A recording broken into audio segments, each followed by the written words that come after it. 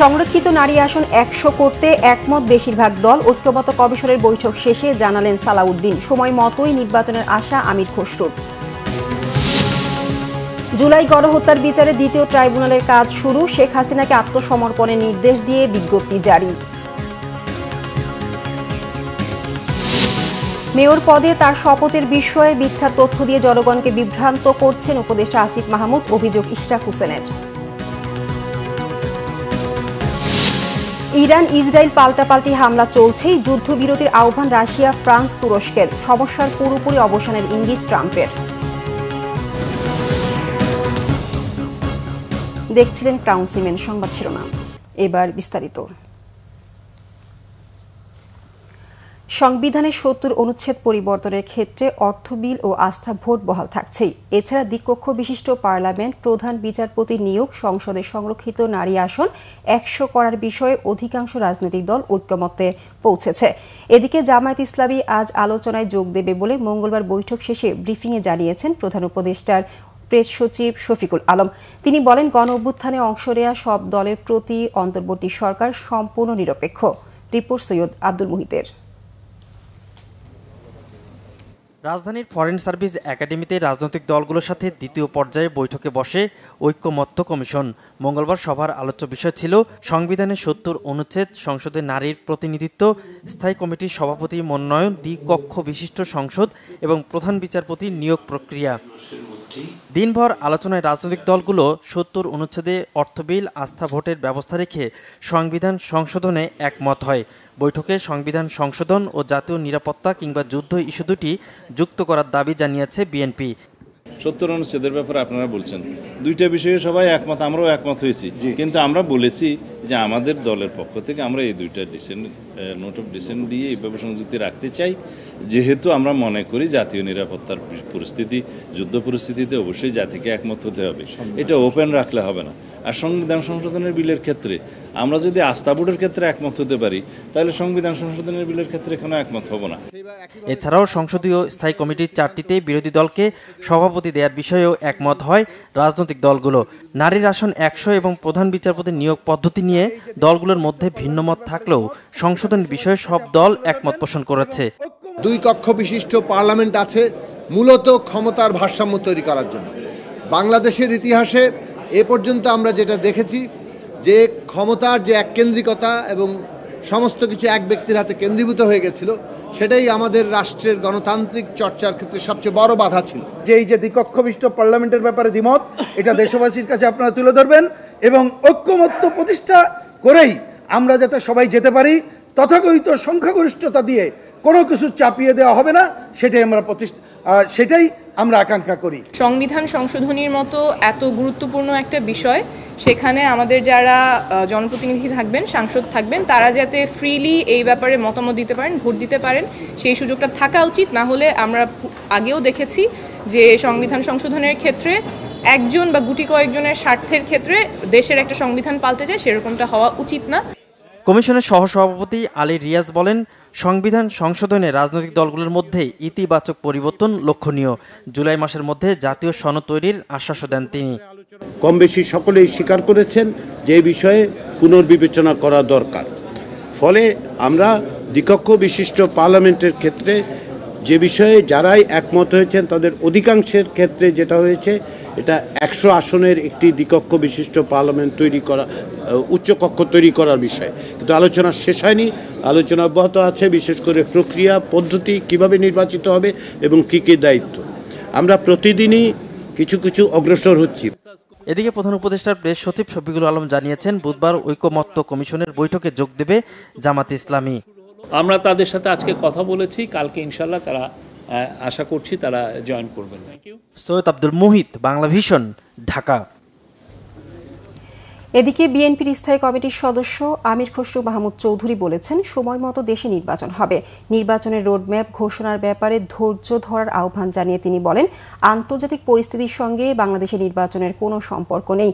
গুলশানে বিএনপি চেয়ারপারসনের কার্যালয়ে মহাসচিব মির্জা ফখরুল ইসলাম আলমগীরের নেতৃত্বে দলের প্রতিনিধি দলের সঙ্গে বৈঠক করেন বাংলাদেশে নিযুক্ত ব্রাজিলের রাষ্ট্রদূত পাওলো ফার্নান্দো দায়াস ফেরেস। মঙ্গলবার সকাল 11টায় শুরু হয়ে বৈঠকটি স্থায়ী হয় প্রায় 1.5 ঘণ্টা। বৈঠক শেষে আমির খসরু মাহমুদ চৌধুরী বলেন, আগামী দিনে নির্বাচিত সরকার ক্ষমতায় এলে ব্রাজিলের সঙ্গে ক্রীড়াসহ কোন কোন খাতে কাজ করা যায় তা নিয়ে আলোচনা হয়েছে বৈঠকে। সাংবাদিকদের প্রশ্নের জবাবে বিএনপির এই নেতা বলেন, আন্তর্জাতিক যে কোনো অস্থিরতার প্রভাব মোকাবেলায় নির্বাচিত সরকার বেশি দক্ষতা দেখাতে পারে। রমজানের আগে নির্বাচনের ব্যাপারে জাতীয় ঐক্যমত্য আছে বলেও জানান তিনি। নির্বাচনের রোডম্যাপ ঘোষণায় ইসির সঙ্গে সরকার আলোচনা করবে বলেও আশা প্রকাশ করেন বিএনপির এ নেতা। আলাপ আলোচনা হয়েছে, কথাবার্তা হয়েছে, সিদ্ধান্ত হয়েছে। আমরা একটু ধৈর্য সহকারে এগোতে থাকি। আমি মনে করি সব কিছু সমাধান আগামী দিনে হবে এবং সময় মতো দেশে নির্বাচন হবে, দেশে গণতন্ত্র ফিরে আসবে, জনগণের যে ভোটাধিকার, মানবাধিকার, তার মালিকানা ফিরে পাওয়ার যে যার জন্য এত ত্যাগ স্বীকার করেছি আমরা এতদিন, সেটা আমরা সময় মতো হয়ে যাবে এবং দেশ সেদিকেই যাচ্ছে, সেটা আমরা বিশ্বাস করি। আন্তর্জাতিক পরিস্থিতির সাথে আমাদের নির্বাচনের তো কোনো সম্পর্ক নেই। নির্বাচনটা আমাদের অভ্যন্তরীণ ব্যাপার, এটার সাথে আন্তর্জাতিক পরিস্থিতির কোনো সম্পর্ক নেই, কোনো কারণ নেই। প্রধান উপদেষ্টা ডক্টর মোহাম্মদ ইউনূস বলেছেন, অস্থির সময়ের পর বর্তমানে একাধিক গুরুত্বপূর্ণ পরিবর্তনের মধ্য দিয়ে যাচ্ছে বাংলাদেশ। একটি সুষ্ঠু উত্তরণ নিশ্চিত করতে সব রাজনৈতিক দলের সঙ্গে ঘনিষ্ঠভাবে কাজ করছে সরকার। মঙ্গলবার বাংলাদেশে নবনিযুক্ত অস্ট্রেলিয়ান হাই কমিশনার সুশান রাইলের সঙ্গে বৈঠকে এ তথ্য জানান প্রধান উপদেষ্টা। সাক্ষাৎকালে অন্তর্বর্তী সরকারের চলমান সংস্কার কার্যক্রম, নির্বাচন প্রস্তুতি, দ্বিপাক্ষিক বাণিজ্য সম্প্রসারণ ও রোহিঙ্গা সংকট নিয়ে আলোচনা করেন প্রধান উপদেষ্টা। বলেন, সংবিধান, বিচার ব্যবস্থা ও প্রশাসনিক সংস্কারের উপর গুরুত্ব দিচ্ছে অন্তর্বর্তী সরকার, কারণ এগুলোই শক্তিশালী বাংলাদেশ গড়ার ভিত্তি। জানান, ঐতিহাসিক জুলাই অভ্যুত্থানের বার্ষিকীতে জুলাই সনদ ঘোষণা হবে। এ সময় বাংলাদেশের নির্বাচন কমিশনের প্রাতিষ্ঠানিক, কারিগরি ও পরিচালনাগত সক্ষমতা বৃদ্ধিতে ইউএনডিপির মাধ্যমে 20 লাখ অস্ট্রেলিয়ান ডলার প্রদানের কথা উল্লেখ করেন হাই কমিশনার সুশান রাইল। রোহিঙ্গা ইস্যুতে মানবিক সহায়তা আহ্বানের প্রতি উত্তরে হাই কমিশনার বলেন, মিয়ানমারে পরিস্থিতি অনুকূল হলে মর্যাদাপূর্ণ টেকসই প্রত্যাবাসনে বাংলাদেশের পাশে থাকবে অস্ট্রেলিয়া। জুলাইয়ের গণহত্যার বিচারের জন্য গঠিত হয়েছে দ্বিতীয় ট্রাইব্যুনাল। এর কার্যক্রম শুরু হয়েছে মঙ্গলবার। এদিন প্রথমবারের মতো এজলাসে বসেন 3 বিচারক। তাদেরকে সংবর্ধনা দেয় অ্যাটর্নি জেনারেলের কার্যালয়। এ সময় ট্রাইব্যুনাল 2 এর চেয়ারম্যান বিচারপতি নজরুল ইসলাম চৌধুরী বলেন, কোনো ভয়ভীতি দেখিয়ে ন্যায় বিচার থেকে সরানো যাবে না। এদিকে শেখ হাসিনা ও আসাদুজ্জামান কামাল সহ 12 জনকে আত্মসমর্পণের নির্দেশ দিয়ে বিজ্ঞপ্তি জারি করেছে ট্রাইব্যুনাল 1। রিপোর্ট ফরুক বাবুর। জুলাই গণ অভ্যুত্থানের হত্যার বিচারে কমাস ধরেই কাজ করছে একটি ট্রাইব্যুনাল, কিন্তু অসংখ্য মামলা থাকায় ট্রাইব্যুনালের সংখ্যা বাড়ানোর কথা হচ্ছিল। অবশেষে প্রায় 11 মাস পর বিচারের জন্য যাত্রা শুরু হলো আন্তর্জাতিক অপরাধ ট্রাইব্যুনাল 2। মঙ্গলবার প্রথমবারের মতো এজলাসে বসা 3 বিচারককে সংবর্ধনা দেওয়া হয়। সে সময় অ্যাটর্নি জেনারেল মোহাম্মদ আসাদুজ্জামান বলেন, বিচারের মান নিয়ে যাতে কেউ প্রশ্ন তুলতে না পারে তা নিশ্চিত করতে হবে। আমরা দেখতে চাই এই বিচার প্রক্রিয়া ইন্টারন্যাশনাল স্ট্যান্ডার্ডের হয়। আমরা বলেছি, এখানে একদিকে বিগত 17 বছরে বাংলাদেশের মানুষের উপর ঘটে যাওয়া সমস্ত রকম অন্যায়, অত্যাচার, অবিচারের বিরুদ্ধে ন্যায় বিচারের যেমন প্রত্যাশা, অ্যাট দি সেম টাইম এই ন্যায় বিচার প্রতিষ্ঠায় কোনো প্রশ্নবোধক চিহ্ন যাতে না থাকে, আন্তর্জাতিক মানদণ্ডে যাতে ন্যায় বিচারটা করা হয় সেটাও নিশ্চিত করা। এ সময় চিফ প্রসিকিউটর বলেন, গত 16 বছরে ঘটে যাওয়া সব অপরাধের ন্যায় বিচার নিশ্চিত করতে হবে। ট্রাইব্যুনাল 2 এর চেয়ারম্যান বিচারপতি নজরুল ইসলাম চৌধুরী জানান, বিচারকে ভিন্ন পথে নিতে হুমকি দিয়ে, ভয় দেখিয়ে লাভ হবে না। তিনি বলেন, ফ্যাসিস্ট গ্রুপ আক্রমণ করার চেষ্টা করছে। দ্বিতীয় ট্রাইব্যুনালের মাননীয় চেয়ারম্যান তিনি বলেছেন যে তারা এখানে এসেছেন জাতীয় একটা বড় দায়িত্ব মনে করে এবং তারা জানেন যে তাদেরকে এখানে ন্যায় বিচার করতে হবে এবং এই ন্যায় বিচার করতে গেলে তাদেরকে নানান ধরনের ভয় ভীতি, হুমকি ধামকি হয়তো মোকাবেলা করতে হবে, কিন্তু কোনো ধরনের হুমকি, নিরাপত্তার সংকটে তারা ভীত নন। তারা ন্যায় বিচার প্রতিষ্ঠা করতে দৃঢ় প্রতিজ্ঞ। এদিকে গণহত্যা মামলায় সাবেক প্রধানমন্ত্রী শেখ হাসিনা ও সাবেক স্বরাষ্ট্রমন্ত্রী আসাদুজ্জামান কামাল সহ 12 জনকে 24 জুন আত্মসমর্পণের নির্দেশ দিয়ে পত্রিকায় বিজ্ঞপ্তি জারি করেছে ট্রাইব্যুনাল 1 বিজ্ঞপ্তিতে বলা হয়েছে ওই দিন হাজির না হলে তাদের অনুপস্থিতিতে বিচার কাজ সম্পন্ন করা হবে। ফররুখ বাবু, বাংলা ভিশন, ঢাকা। ঢাকাবাসীর ব্যানারে মঙ্গলবারও নগর ভবনে গণ অবস্থান কর্মসূচি পালন করেছেন বিএনপি নেতা ইশরাক হোসেনের কর্মী সমর্থকরা। কর্মসূচিতে যোগ দিয়ে ইশরাক হোসেন বলেন, শপথ গ্রহণের আগ পর্যন্ত তিনি মেয়রের দায়িত্ব নেবেন না। গণমাধ্যমে তার বিরুদ্ধে বিভ্রান্তিমূলক তথ্য দেওয়ার অভিযোগ তুলে স্থানীয় সরকার উপদেষ্টার পদত্যাগের দাবিও জানান বিএনপির এই নেতা। বিস্তারিত ফজলে রাব্বির প্রতিবেদনে। পূর্ব ঘোষণা অনুযায়ী ঢাকা দক্ষিণ সিটি কর্পোরেশনের সামনে মঙ্গলবার গণ অবস্থান কর্মসূচি পালন করেছে বিএনপি নেতা ইশরাক হোসেনের সমর্থকরা। সকাল থেকেই বিএনপির বিভিন্ন ওয়ার্ডের নেতাকর্মীরা ছোট ছোট মিছিল নিয়ে যোগ দেন আন্দোলনে। ইশরাক হোসেনকে দ্রুত শপথ পড়িয়ে মেয়রের দায়িত্ব বুঝে দেওয়ার দাবি তাদের। আপনি এমপি পাশ করলেন, এখন আমার ইগো আছে, আমার সুযোগ আছে শপথ পড়ানোর, আমি আপনাকে শপথ পড়াবো না, তাহলে আপনার অবস্থা কি হবে? ওনারা তো সেই রাস্তা তৈরি করতেছে। এই যে সরকারের উপদেষ্টা আসিফ, সে এই নগর ভবনটাকে দখল করে রেখেছে, তার তো এই নগর ভবনে থাকার কথা না। আজকে এই নগর ভবনটাকে লুটে পুটে খাচ্ছে। জনগণের ঢাকাবাসীর দাবি একটাই, যে এই ঢাকাবাসীর এই ঢাকা দক্ষিণের উন্নয়নের জন্য মেয়র ইশরাকের হাতেই ক্ষমতা বুঝিয়ে দেওয়া উচিত। দুপুরে গণ অবস্থান কর্মসূচিতে যোগ দিয়ে বিএনপি নেতা ইশরাক হোসেন বলেন, স্থানীয় সরকারের আইন অনুযায়ী শপথ গ্রহণের আগ পর্যন্ত মেয়রের দায়িত্ব নেবেন না তিনি। জরুরি সেবা এবং পরবর্তীতে আমাদের সিদ্ধান্ত হয়েছে যে দৈনন্দিন সেবা অর্থাৎ জন্ম মৃত্যু নিবন্ধন সার্টিফিকেট, এই বিষয়গুলা যাতে চলমান থাকে সেটিকে নিশ্চিত করার জন্যে পর্যায়ক্রমে এটার সাথে যারা যুক্ত রয়েছে ওয়ার্ড সচিবরা, তাদের সাথে আমরা বৈঠক করে তাদেরকে দিক নির্দেশনা দিচ্ছি। এটি আমি করছি, কিন্তু অফিসিয়ালি মেয়র হিসেবে দায়িত্ব নেওয়ার জন্যে স্থানীয় সরকার যে আইন রয়েছে 2009 সালে গৃহীত এবং 2010 সালে তার বিধিমালা গৃহীত হয়, সেই অনুযায়ী অবশ্যই শপথ গ্রহণ অনুষ্ঠানটি আয়োজন করতে হবে। বিশ্বাস করেন, যদি ওইটা না থাকতো আমি এতদিন মেয়রের পদবি নিয়ে বসে থাকতাম। অন্তর্বর্তীকালীন সরকারের কেউ কেউ গণমাধ্যমে বিভ্রান্তিমূলক তথ্য প্রচার করছেন বলেও এ সময় তিনি অভিযোগ করেন। আমি দুর্নীতি দমন কমিশনকে আহ্বান জানাতে চাই, আপনারা এখানে আসুন, এসে এখানে যতদিন এই আসিফ মাহমুদ সজীব ভুঁইয়া অফিস করেছে, কি কি দুর্নীতি করে গিয়েছে, তার সমস্ত কিছু আপনারা তদন্ত করুন। এদিন নগর ভবনের সভাকক্ষে ঢাকা দক্ষিণ সিটির সকল ওয়ার্ড সচিবদের সঙ্গে ডেঙ্গু নিধনে মতবিনিময় সভা করেন বিএনপির এই নেতা। Fazle Rabbi, Bangla vision, Dhaka. Iran Israel প্রসঙ্গ।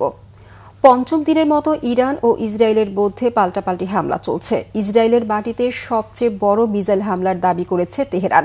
তেহরানে চলছে নেতানিয়াহু বাহিনীর পাল্টা হামলা। মার্কিন প্রেসিডেন্ট ডোনাল্ড ট্রাম্প দ্রুত তেহরান খালি করার হুঁশিয়ারি দিয়েছেন। G7 সম্মেলন শেষ না হতেই যুক্তরাষ্ট্রে ফিরে নিরাপত্তা দলের বৈঠক ডাকেন ট্রাম্প। শহীদ আরাফাতের ডেস্ক রিপোর্ট। ইসরায়েলের মাটিতে ইতিহাসের সবচেয়ে বড় এবং সবচেয়ে তীব্র মিসাইল হামলা চালিয়েছে ইরান। ইরানের রাষ্ট্রীয় টেলিভিশনে ইসরায়েলি হামলার পর প্রতিশোধ নিতে এই হামলা শুরু করে তেহরান। নবম ধাপের এই হামলায় তেল আবিব ও বন্দরনগরী হাইফাকে লক্ষ্য করে মিসাইল ও ড্রোন ছোড়া হয়। হামলার ভয়ে প্রাণে বাঁচতে আগেই আশ্রয় কেন্দ্রগুলোতে ছুটে যান সাধারণ ইসরায়েলিরা। পূর্বাঞ্চল সহ ইরান জুড়ে ব্যাপক হামলা চালাচ্ছে ইসরায়েলের বাহিনী। এরই মধ্যে রাজধানী তেহরান থেকে বাসিন্দাদের অন্যত্র সরে যাওয়ার হুঁশিয়ারি দিয়েছেন মার্কিন প্রেসিডেন্ট ডোনাল্ড ট্রাম্প। সামাজিক যোগাযোগ মাধ্যমে দেয়া এক পোস্টে ট্রাম্প বলেন, যুক্তরাষ্ট্রে দেয়া পারমাণবিক চুক্তিতে ইরানের স্বাক্ষর করা উচিত ছিল। তেহরানে কোনো ধরনের পারমাণবিক অস্ত্র থাকতে পারে না বলেও মন্তব্য করেন ট্রাম্প। এখনও চুক্তির সুযোগ আছে বলে এক বিবৃতিতে জানিয়েছে পেন্টাগন কর্মকর্তারা।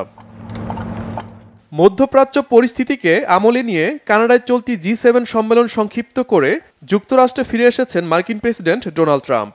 দেশে ফিরেই হোয়াইট হাউসে নিরাপত্তা দলের সাথে বৈঠক ডাকেন। এতে বিশ্লেষকদের শঙ্কা, ইসরায়েল ইরানের সাথে চলতি সংঘাতে জড়িয়ে যেতে পারে যুক্তরাষ্ট্র। এদিকে ইসরায়েলের প্রধানমন্ত্রী বেনিয়ামিন নেতানিয়াহুর দাবি, তাদের হামলায় তেহরানের পারমাণবিক কর্মসূচি অনেকটাই পিছিয়ে গেছে। ইরানের সর্বোচ্চ নেতা আয়াতুল্লাহ আলী খামেনিকে হত্যার মাধ্যমে এ সংঘাতের সমাপ্তি হতে পারে বলেও মন্তব্য করেন নেতানিয়াহু। ইরান ইসরায়েলের মধ্যে অস্ত্রবিরতি কার্যকরে যুক্তরাষ্ট্রকে এগিয়ে আসার আহ্বান জানিয়েছেন ফ্রান্সের প্রেসিডেন্ট ইমানুয়েল ম্যাক্রো। এছাড়া চলতি সংঘাত বন্ধের আহ্বান জানিয়েছেন রাশিয়ার প্রেসিডেন্ট ভ্লাদিমির পুতিন ও তুরস্কের president Recep Tayyip Erdogan. Shahid Arafat, Banglavision news desk. Iran ও ইসরায়েলের মধ্যে যুদ্ধবিরতি নয়, এর চেয়েও ভালো কিছু বা বড় কিছু ঘটবে বলে মন্তব্য করেছেন মার্কিন প্রেসিডেন্ট ডোনাল্ড ট্রাম্প। জানান এই সংঘাতের কাঙ্ক্ষিত পরিণতি চান তিনি। তবে কাঙ্ক্ষিত পরিণতি বলতে তেহরান ধ্বংস নাকি খামেনি সরকারের পতন, কোনটি চান তা পরিষ্কার করেনি প্রেসিডেন্ট ট্রাম্প। একই দিনে ইরানের সর্বোচ্চ নেতা আয়াতুল্লাহ আলী খামেনির পরিণতি ইরাকের সাবেক স্বৈরশাসক সাদ্দাম হোসেনের মতো হতে পারে বলেও সতর্ক করে দিয়েছে ইসরায়েল। রিফাত জামানের টেক্সট রিপোর্ট। ফিলিস্তিনের গাজার মতো ইরানের তেহরানের পরিণতির পরিকল্পনা করছে কি আমেরিকা ও তার মিত্র ইসরায়েল? তারা কি সিরিয়ার মতোই ইরানের সরকার পরিবর্তন চাইছে? কিন্তু কেন? এমন সব প্রশ্ন উঠেছে মঙ্গলবার মার্কিন প্রেসিডেন্ট ডোনাল্ড ট্রাম্প ও ইসরায়েলের প্রধানমন্ত্রী বেনিয়ামিন নেতানিয়াহুর মন্তব্যের পর। মঙ্গলবার মার্কিন প্রেসিডেন্ট জানান আগামী 48 ঘন্টার মধ্যে পরিষ্কার হবে ইরানের উপর ইসরায়েলি হামলা বাড়বে নাকি কমবে। G7 সম্মেলন শেষে দেশে ফেরার পথে সাংবাদিকদের তিনি জানান ইরান ও ইসরায়েলের মধ্যে যুদ্ধবিরতি নয়, এর চেয়েও ভালো কিছু বা বড় কিছু ঘটবে। বলেন এই সংঘাতের কাঙ্ক্ষিত পরিণতি চান তিনি। তবে কাঙ্ক্ষিত পরিণতি বলতে তেহরান ধ্বংস নাকি খামেনি সরকারের পতন, কোনটি চান তা পরিষ্কার করেননি প্রেসিডেন্ট ট্রাম্প। সেই সাথে চলমান ইরান ইসরায়েল সংঘাতে আমেরিকা যোগ দিবে কিনা তাও পরিষ্কার করেননি তিনি। পরে নিজের সামাজিক যোগাযোগ মাধ্যম সোশ্যাল ট্রুথে এক পোস্টে প্রেসিডেন্ট ট্রাম্প বলেন যুদ্ধবিরতির আলোচনার জন্য তিনি এখনও ইরানের সাথে যোগাযোগ করেননি। যুক্তরাষ্ট্রের সাথে চুক্তি করে দেশটির সবার প্রাণ রক্ষার জন্য ইরানের প্রতি আহ্বান জানিয়েছেন তিনি। সাফ জানিয়ে দেন ইরানের একটিও পরমাণু অস্ত্র থাকবে না, সব নিশ্চিহ্ন হয়ে যাবে। ইরানিদের তেহরান ছেড়ে যাওয়ার জন্য সতর্ক করেছেন মার্কিন প্রেসিডেন্ট।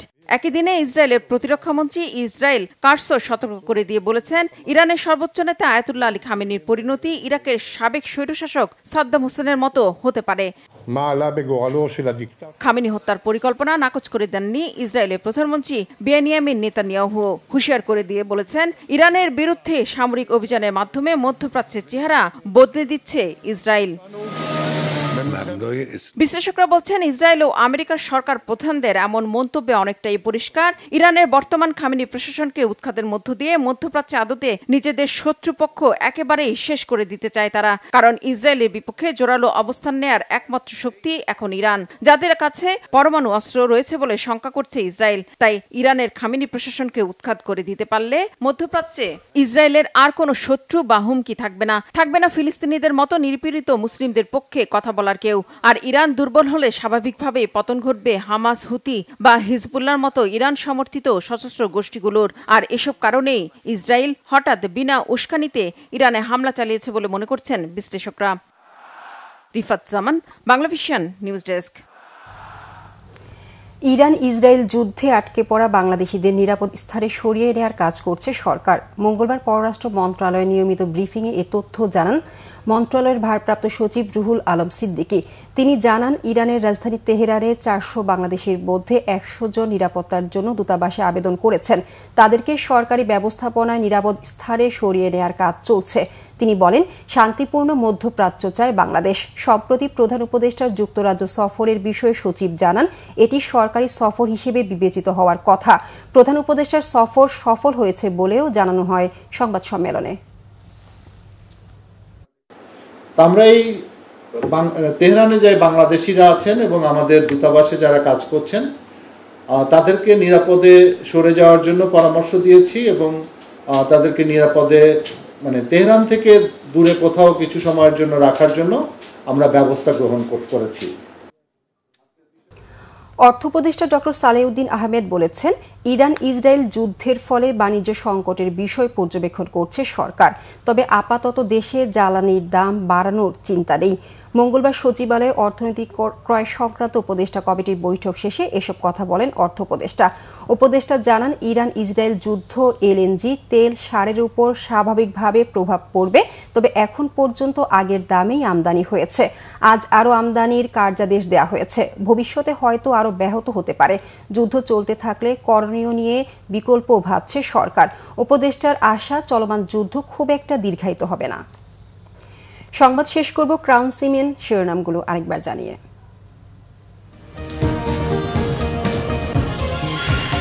সংরক্ষিত নারী আসন 100 করতে একমত বেশিরভাগ দল। ঐক্যমত্য কমিশনের বৈঠক শেষে জানালেন সালাউদ্দিন। সময় মতোই নির্বাচনের আশা আমির খসরুর। জুলাই গণহত্যার বিচারে দ্বিতীয় ট্রাইব্যুনালের কাজ শুরু। শেখ হাসিনাকে আত্মসমর্পণের নির্দেশ দিয়ে বিজ্ঞপ্তি জারি। মেয়র পদে তার শপথের বিষয়ে মিথ্যা তথ্য দিয়ে জনগণকে বিভ্রান্ত করছেন উপদেষ্টা আসিফ মাহমুদ, অভিযোগ ইশরাক হোসেনের। ইরান ইসরায়েল পাল্টাপাল্টি হামলা চলছে। যুদ্ধবিরতির আহ্বান রাশিয়া, ফ্রান্স, তুরস্কের। সমস্যার পুরোপুরি অবসানের ইঙ্গিত ট্রাম্পের। এই ছিল এখনকার মতো। পরের সংবাদ সকাল 10টায়। এর আগে 9টায় রয়েছে নিউজ টপ 10 দেখার আমন্ত্রণ রইল। এছাড়া বাংলা ভিশন সংবাদ ও সংবাদ সংশ্লিষ্ট অনুষ্ঠান দেখতে ভিজিট করুন www.bvnews24.com ও facebook.com/banglavisionnews এবং সাবস্ক্রাইব করুন youtube.com/banglavisionnews। ধন্যবাদ সবাইকে।